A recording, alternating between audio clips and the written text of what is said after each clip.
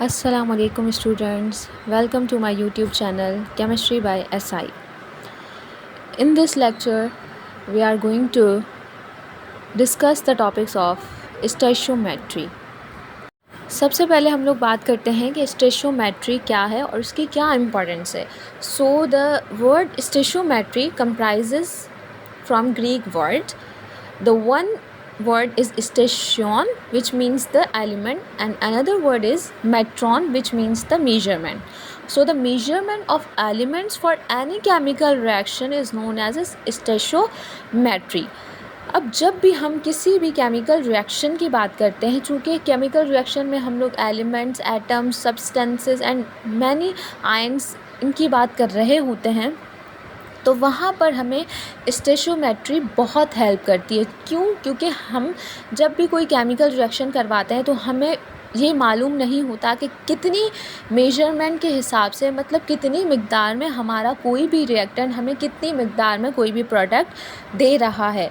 तो बेसिकली हमारे पास एक बेस है किसी भी केमिकल रिएक्शन की, जहाँ हमें पता चल सके कि हमारे केमिकल रिएक्शन में कितनी मेजरमेंट के साथ एलिमेंट्स यूज़ हुए हैं और कितनी मेजरमेंट के एलिमेंट्स हमारे पास प्रोड्यूस हुए हैं.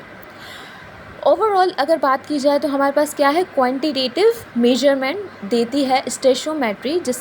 किस चीज़ की quantitative measurements? Reactants and products की. मतलब कितनी क्वांटिटी में हमारे पास रिएक्टेंट्स ने रिएक्ट किया और कितनी क्वांटिटी में हमारे पास प्रोडक्ट्स मिले हैं. ठीक है, ओवरऑल हम लोग किसी भी रिएक्शन को as a balanced chemical reaction जब करवाते हैं तो बेसिकली हमें ये मालूम होता है कि हमारे रिएक्शन के स्टोइचोमेट्रिक रेशोज़ क्या हैं. रिएक्टेंट कितने रेशो से रिएक्टेंट ने रिएक्ट किया और कितने रेशो में हमें प्रोडक्ट मिला. तो ओवरऑल अगर बात की जाए तो स्टोइचोमेट्री हमारे पास क्या हुई, किसी भी रिएक्शन के लिए उसने हमें एलिमेंट्स की, एटम्स की मेजरमेंट बताई कि कितने एलिमेंट्स ने रिएक्ट करके कितने एलिमेंट्स प्रोड्यूस किए.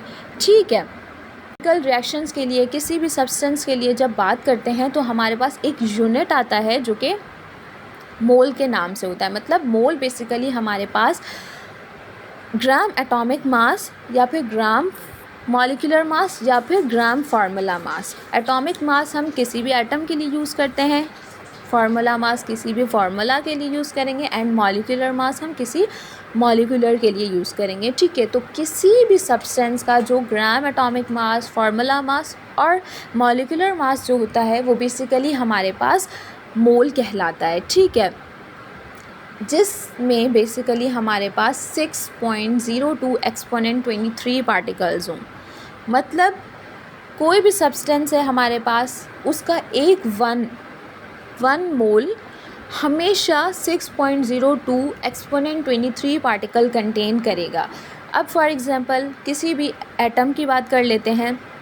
लेट्स सपोज़ कार्बन है, तो कार्बन का जो एटॉमिक मास होगा, उस एटॉमिक मास को हम एज अ 1 मोल कंसिडर करें तो उस 1 मोल में बेसिकली हमारे पास क्या आ जाता है, 6.02 एक्सपोनेंट 23 पार्टिकल्स आ जाते हैं. ठीक है, तो हम इसके बेसिस पर किसी भी केमिकल रिएक्शन को एज अ मोल यूनिट्स में बात करते हैं. मतलब कि किसी भी अगर सब्सटेंस का हमें अमाउंट या किसी भी वे में किसी केमिकल रिएक्शन की बात करनी है कि किस सब्सटेंस ने, किस एलिमेंट ने कितना पार्ट लिया है, तो हम मोल्स की फॉर्म में बात करते हैं कि फ़लाँ एलिमेंट ने इतने मोल्स दिए, फ़लाँ एलिमेंट्स के इतने मोल्स यूज़ हुए. तो उन मोल्स से बेसिकली हमें पता चल जाता है कि हमारे किसी भी एटम ने कितना पार्ट दिया है. चूँकि एक मोल में 6.02 एक्सपोनेंट 23 पार्टिकल्स हैं, तो जब हम एडअप करते जाएंगे, फॉर सपोज़ अगर हमारे कोई भी एटम है, उसने ज़्यादा पार्ट लिया है, 2 के रेशो से लिया है, 3 के रेशो से लिया है, मतलब जिस भी रेशो से लिया उस रेशो के हिसाब से हम 6.02 एक्सपोनेंट 23 पार्टिकल्स को मल्टीप्लाई कर देंगे, ताकि हमें पता चल सके कि बेसिकली उस एटम ने या उस पार्ट ऑफ द रिएक्शन में कितने मोल्स बेसिकली यूज़ हुए हैं किसी भी रिएक्शन में.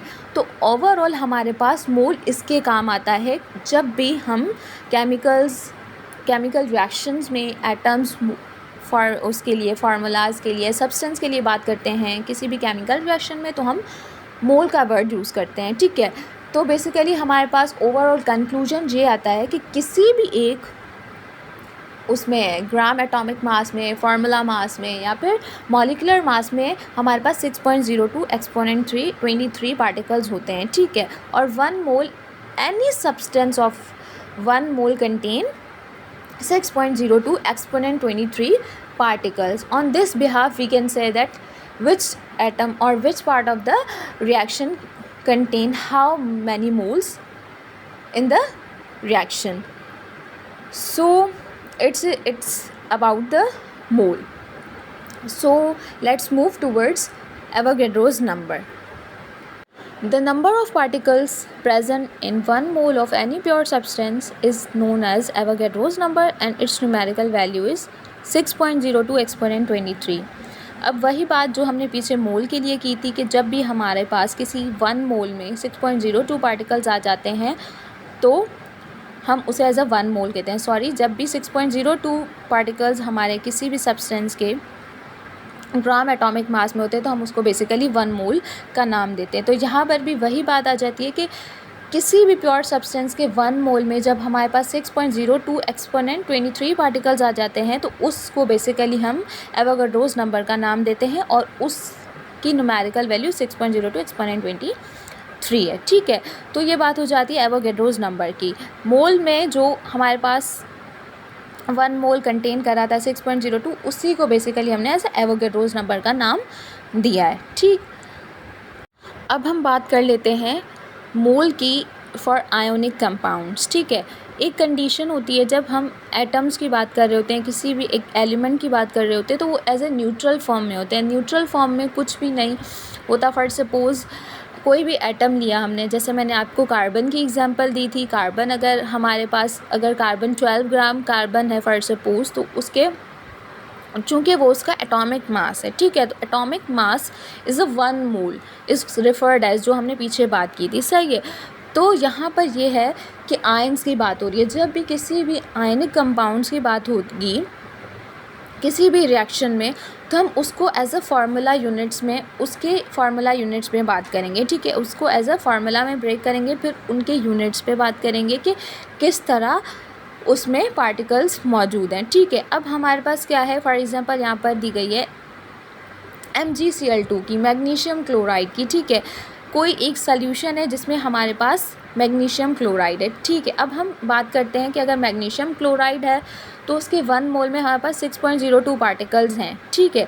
लेकिन चूँकि MgCl2 है, ठीक, एक Mg का आयन मौजूद है हमारे पास और एक Cl2 का है, जहाँ पर हमें ये पता चल रहा है कि Mg किस रेशो में मौजूद है, 1 रेशो में, मतलब 1 unit of Mg and 2 units of chloride. तो हम लोग अगर 1 मोल ऑफ MgCl2 की बात करेंगे तो 1 mole of MgCl2 contains 6.02 particles, 6.02 exponent 23 particles of Mg, सही है, क्योंकि वो 1 है, उसका रेशो यूनिट के फॉर्म में 1 है। जबकि क्लोराइड हमारे पास 2 मौजूद हैं, 2 क्लोराइड्स हैं, तो हम 6.02 एक्सपोनेंट 23 को मल्टीप्लाई कर देंगे 2 में। अब हम बात कर लेते हैं मोलर मास की।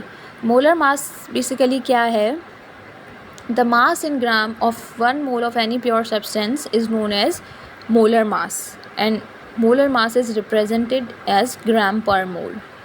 किसी भी एटम का जब 1 मोल लिया जाए उसमें जितना अमाउंट, जितना मास आए इन ग्राम्स, उसको हम उसका मोलर मास कहते हैं, ठीक है।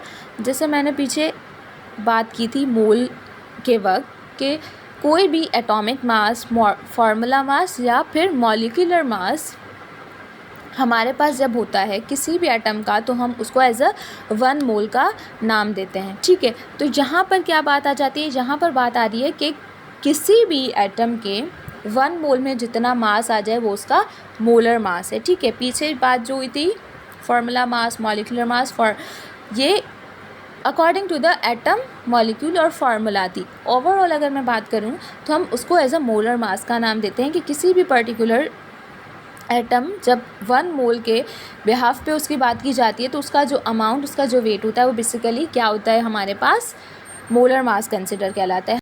अब हम बात कर लेते हैं difference in mass of 1 atom and mass of 1 मोल। ठीक है। अब जैसा कि मैंने पीछे आपको बात बताई कि किसी भी एक एटम की जो कि उसका मास होता है 1 मोल में, वो बेसिकली मोलर मास कहलाता है। ठीक है। अब 1 mole and the atoms atomic weight is similar in that way कि हमारे पास क्या है कि 1 मोल में जितना मास है वो बेसिकली क्या है, मोलर मास है। ठीक है। और जो कि मोलर मास हमारे पास होता है उसमें कितने मोल है, 1 मोल है। ठीक। अब यहाँ पर बात आ जाती है कि मास ऑफ 1 एटम में और मास ऑफ 1 मोल में डिफरेंस क्या है। तो डिफरेंस बेसिकली क्या है कि किसी भी पर्टिकुलर एलिमेंट के एटम जब उसके एटॉमिक वेट की बात की जाती है तो वो बेसिकली किसके बिहाफ पे रिप्रेजेंट किया जाता है, AMU which is referred as atomic mass unit. ठीक है। जब भी हम किसी भी एटम की बात करते हैं। ठीक है।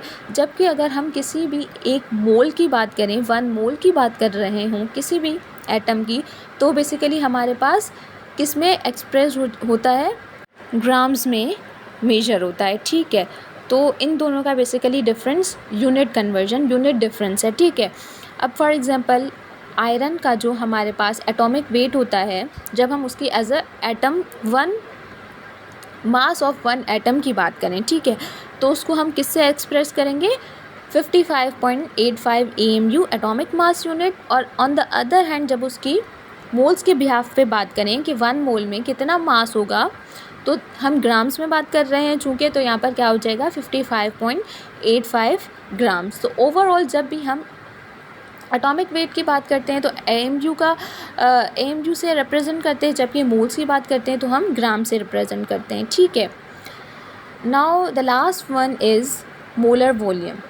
अब मोलर वॉल्यूम हमारे पास क्या होता है, किसी भी स्पेसिफिक गैसेस जो होती हैं हमारे पास, जो कि केमिकल रिएक्शंस में यूज़ हो रही होती हैं, तो उनका जो वॉल्यूम होता है at the standard condition, standard temperature and pressure conditions पे जो गैस का पर्टिकुलर वॉल्यूम होता है ना, उसको बेसिकली हम लोग मोलर वॉल्यूम का नाम देते हैं। ठीक है। हमारे पास स्टैंडर्ड कंडीशंस क्या होती हैं, 273 केल्विन टेम्परेचर होता है, 1